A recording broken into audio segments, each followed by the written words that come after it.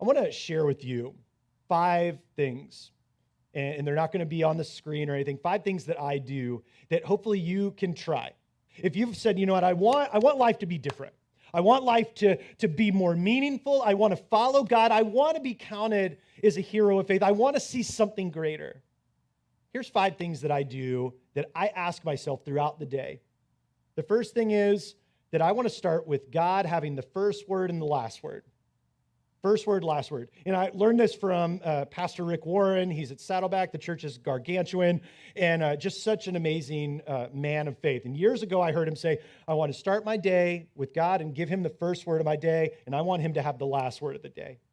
And so I'm going to study the Bible in the morning, even ever briefly. And it's not about quantity, it's about quality. I've met people who read a bunch of verses who don't practice any of them. But you may read 2 verses in the morning that change your whole entire life.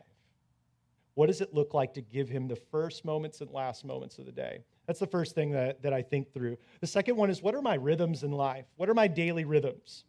Is the first thing that I grab my device and scroll. And when I stop at a stoplight, scroll. And when I'm then waiting for a meal, scroll. And when things get a little bit too quiet, scroll.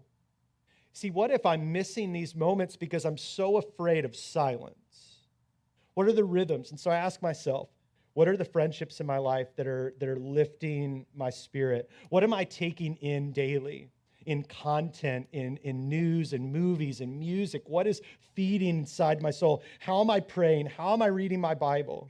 That's the second thing. What are the rhythms that I'm building? Third thing is faithfulness, not fandom. Faithfulness, not fandom. I want to make sure, because I'm a people pleaser, whether you're like, no, Jason, I'm so you like tell it how it is when you sat with me and talked with me and I didn't like I dread people not liking me.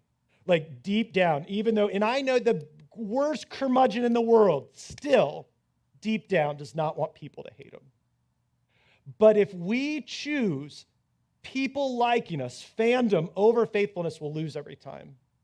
You see, you'll make some choices and life decisions and things that happen in your life that people won't like. Trust me, the last year, people have hated almost everything we've done as a church. Polarizing. You asked for mass. You didn't ask for mass. You're open.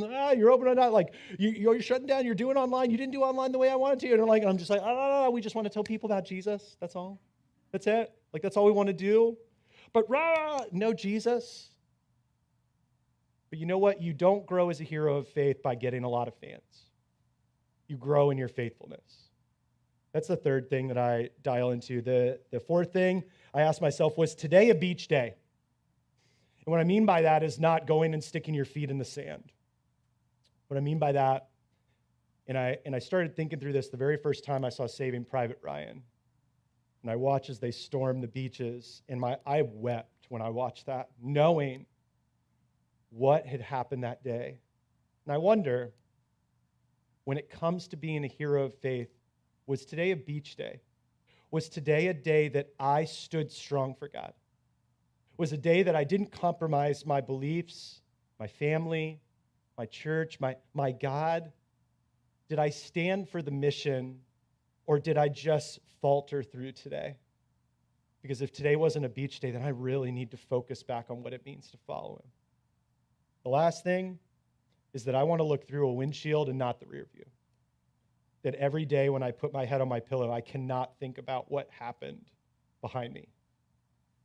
And so for you and I, are we building those daily rhythms? Because this is what God asks of us. Seek the Lord in his strength. Seek his presence continually. You see, heroes, they change the world only when their world changes.